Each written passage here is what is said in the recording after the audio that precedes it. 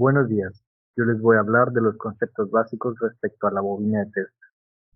La bobina de Tesla, como ya se mencionó anteriormente, es un dispositivo diseñado por Nikola Tesla cuyo fin era la capacidad de establecer conexiones eléctricas inalámbricas.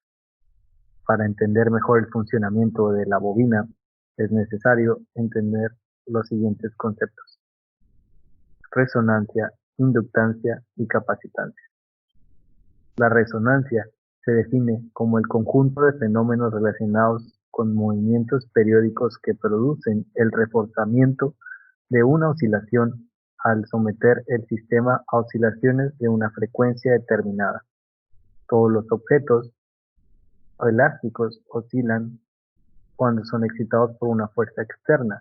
La frecuencia a la que un objeto elástico oscila libremente es llamada su frecuencia natural de oscilación. Por ejemplo, una barra metálica, al ser golpeada, esta oscila emitiendo un sonido característico. Si a dicha barra se le acerca otra barra que sea idéntica, la segunda barra comenzará a oscilar a la misma frecuencia excitada por la primera. Esto es lo que ocurre de la primera bobina a la segunda.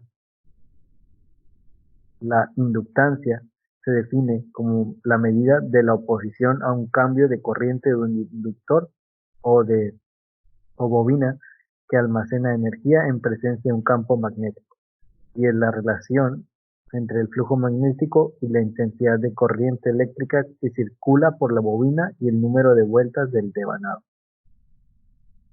La capacitancia se define como la propiedad que tienen los capacitores de almacenar cargas eléctricas. La unidad fundamental de la capacitancia es el farad. Un capacitor está compuesto de dos placas metálicas separadas por un dieléctrico. Su función es almacenar cargas eléctricas. El material aislante que separa las placas se llama dieléctrico y generalmente se usa aire, vidrio o mica. Para una bobina de diseño convencional se utiliza un transistor eléctrico, cual incrementa el voltaje de entrada mediante la bobina primaria a un voltaje de salida llamado secundario. El circuito eléctrico del tanque del inductor primario incluye un capacitor que resuena a una frecuencia fija dependiendo de los valores de capacitancia e inductancia. Además, se provee el voltaje a la bobina primaria a la misma frecuencia de resonancia. El voltaje de alta frecuencia se logra cargando un capacitor hasta que llega un voltaje que rompe a través del aire por un par de terminales. En nuestra bobina, los materiales que vamos a utilizar son tubo de PVC de 15 centímetros de largo y 2.5 centímetros de diámetro, un alambre magneto calibre 28, un cable calibre 18 de 1 metro, un transistor TIP 31C, una pila de 9 voltios, un interruptor, una resistencia de 22 kiloohmios, una bola de hielo seco pequeña que quede arriba del tubo y un broche portapila de 9 voltios. A continuación, mi compañera les hablará del ensamblaje de nuestra bobina. Buenos días, mi nombre es Ana Camila Ramírez García y yo les voy a hablar un poco de los materiales que necesitamos para armar una bobina de Tesla y los pasos que debemos de seguir. Bien, lo primero son los materiales que necesitamos. Vamos a necesitar una base para instalar los componentes, una pila de 9 volts, un broche portapila de 9 volts, un cautín, un transistor TIP 31C, un tubo de PVC, una resistencia de 22 kiloohms, un alambre de cobre, una esfera de unicel, papel aluminio, cable de color, LED, terminal de tornillo, tornillos para montar el circuito a la base, tarjeta de soldadura, cinta adhesiva y cable para soldarlo todo.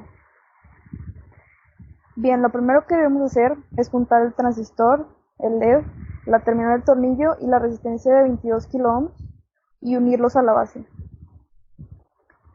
Después de esto, lo que vamos a hacer es que vamos a tomar el alambre de cobre y el tubo de PVC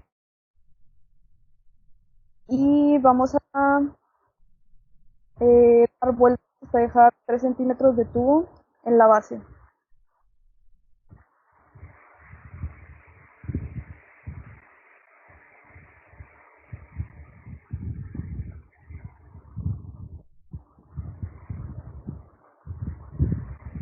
Es importante destacar que las vueltas del alambre de cobre no deben sobreponerse unas sobre otras, ni tampoco debe haber mucho espacio entre cada vuelta. Lo siguiente que vamos a hacer es soldar los componentes a la base del cautín. Se va a cortar los extremos de cada uno de los componentes para así soldarlos, teniendo mucho cuidado de no unir componentes con la soldadura.